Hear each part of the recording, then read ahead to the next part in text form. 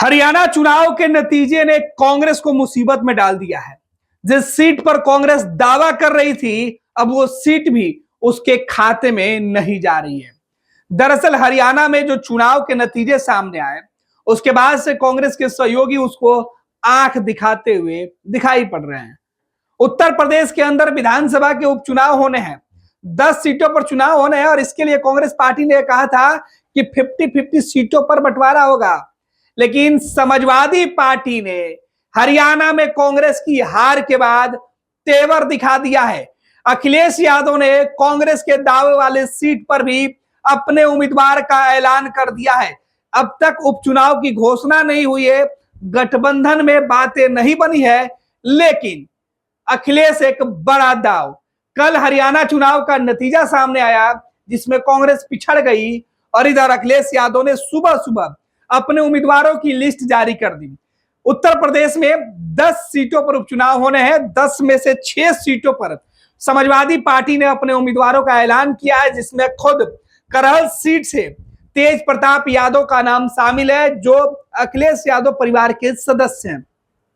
आपको बता दें कि समाजवादी पार्टी ने अब से कुछ देर पहले एक सीधे तौर पे सोशल मीडिया पर एक जो है उम्मीदवारों की लिस्ट है उसको पोस्ट किया है और इस लिस्ट में होगा पीडीए के नाम एकजुट मतदान, उत्तर प्रदेश विधानसभा उपचुनाव के प्रत्याशियों का नाम। यह सीधे तौर पर समाजवादी पार्टी ने जारी की है, जिसमें सबसे पहले करहल विधानसभा 110 से तेज प्रताप यादव को उम्मीदवार समाजवादी पार्टी ने बनाया है। ये तेज प्रताप यादव लालू प्रसाद यादव के दामाद हैं। एक दामाद हरियाणा में चुनाव हार गए, चिरंजीवी राव हरियाणा में कांग्रेस पार्टी के उम्मीदवार थे, चुनाव हार गए और अब समाजवादी पार्टी के उम्मीदवार तेज प्रताप यादव ये चुनाव लड़ने जा रहे हैं। ये विधायक बनेंगे या नतीजे क्या कुछ होगा, लेकिन लालू परिवार की दाव एक बार फिर से साख पर होगी।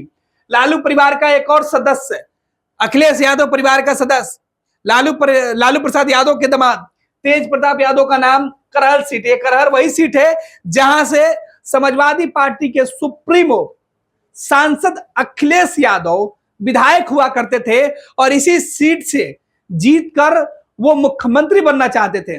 लेकिन चुनाव के जब नतीजे सामने आए तो समाजवादी पार्टी की सीटें बहुमत के करीब नहीं थी, वहां पर बीजेपी ने सरकार बनाई और अखिलेश यादव नेता विरोधी दल बने, इसी सीट से जीत कर गए थे।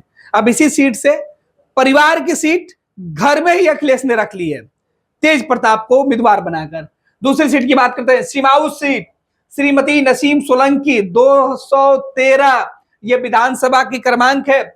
सिमाऊ विधानसभा सीट उत्तर प्रदेश की जिसका क्रमांक संख्या 213 है और इस विधानसभा सीट पर श्रीमती नसीम सोलंकी जो समाजवादी पार्टी के उम्मीदवार है, इनके नामों की घोषणा अखिलेश यादव ने कर दिया है।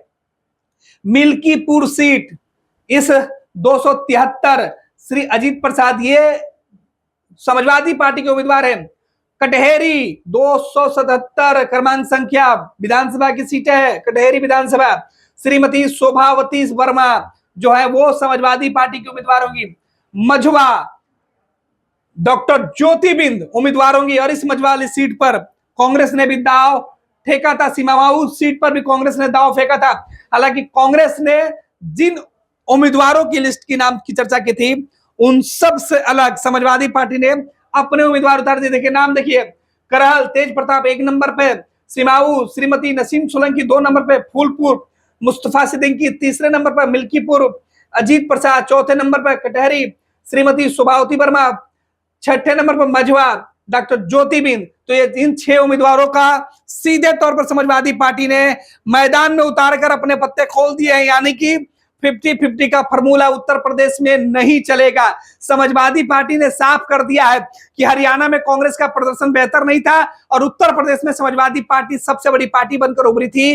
लोकसभा में भी तीसरी सबसे बड़ी पार्टी है और इसका फायदा समाजवादी पार्टी ने विधानसभा के उपचुनाव में अपनी सीटें बढ़ाकर की है, यानी कांग्रेस को उसकी औकात बताई जा रही है। कांग्रेस को ये सबक सहयोगी दलों ने सिखाना शुरू कर दिया है। विधानसभा चुनाव के नतीजे, लोकसभा चुनाव के नतीजे और अब उपचुनाव के नतीजे ये बताएंगे कि कांग्रेस की आखिर में स्थिति क्या है। 6 महीना पहले जो लोकसभा का चुनाव हुआ था उसमें कांग्रेस पार्टी काफी गदगद थी।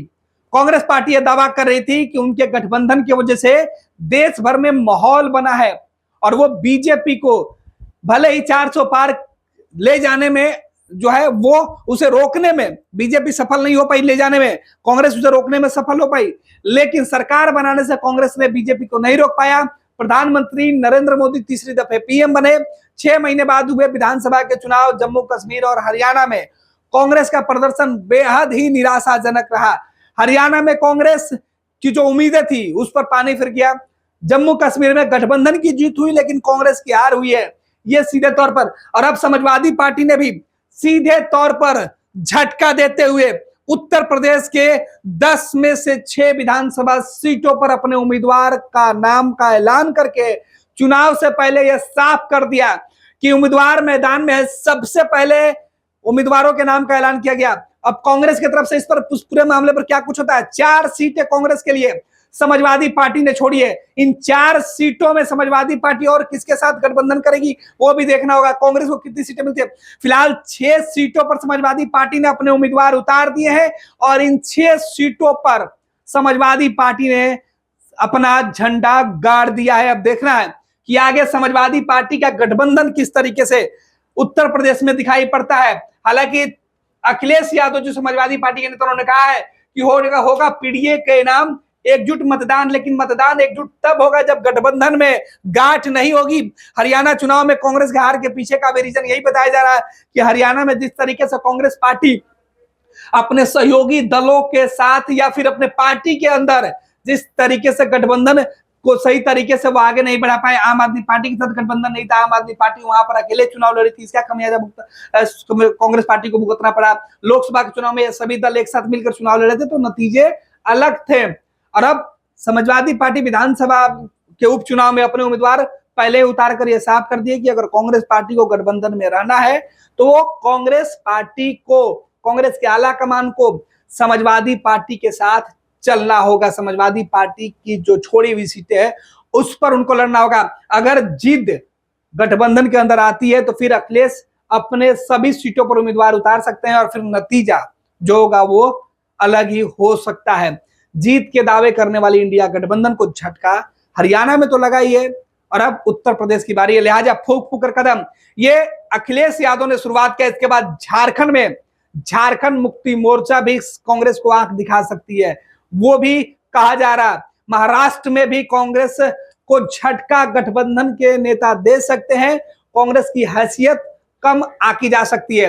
यही वजह है कि हरियाणा के चुनाव के नतीजे ने जहां बीजेपी गठबंधन और उसके साथियों को भाजपा के प्रति एक तरीके से मजबूत किया है। नीतीश कुमार उसके उदाहरण के तौर पर है कि हरियाणा में बीजेपी की जीत के बाद, प्रथम जीत के बाद नीतीश कुमार के तेवर बदले हैं। नीतीश कुमार ने सबसे पहले बीजेपी को बधाई दी है।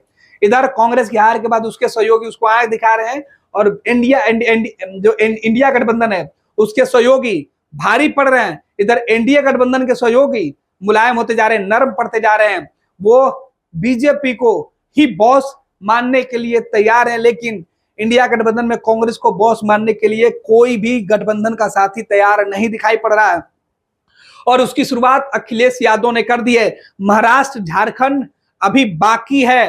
अरविंद केजरीवाल दिल्ली में तेवर दिखा चुके हैं। हरियाणा चुनाव में कांग्रेस के खिलाफ उन्होंने चुनाव लड़कर साफ कर दिया कि गठबंधन आगे किस तरीके से होगा। तो इंडिया गठबंधन में फिलहाल संकट के बादल मंडराते हुए दिखाई पड़ रहे हैं और इसके उदाहरण के तौर पर ये 6 नाम सीधे तौर पर बता रहा है समाजवादी पार्टी का कि उत्तर प्रदेश में समाजवादी पार्टी ने खेल कर दिया।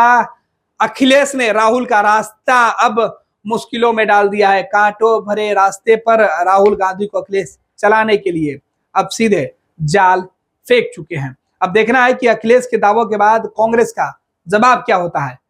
महाराष्ट्र और झारखंड के चुनाव में कांग्रेस क्या अपने सहयोगी दलों को तवज्जो देगी या फिर हरियाणा की तरह ही एकला चलो करा अपनाते हुए कांग्रेस सत्ता से फिर दूर हो जाएगी या सत्ता के करीब आएगी, वो तो वक्त के गर्भ में छुपा है। फिलहाल अखिलेश ने वर्तमान में बता दिया है कि ताकत इंडिया गठबंधन में क्षेत्रीय दलों का है और कांग्रेस को उन दलों पर निर्भर होना पड़ेगा। हरियाणा चुनाव के झटके से कांग्रेस को एक और झटका लगा। उत्तर प्रदेश में अखिलेश के उम्मीदवारों के नाम जारी करके अखिलेश ने जिस तरीके से विधानसभा चुनाव के उपचुनाव की घोषणा से पहले अखिलेश ने उम्मीदवार मैदान में उतार दिए हैं और अब कांग्रेस की बारी है।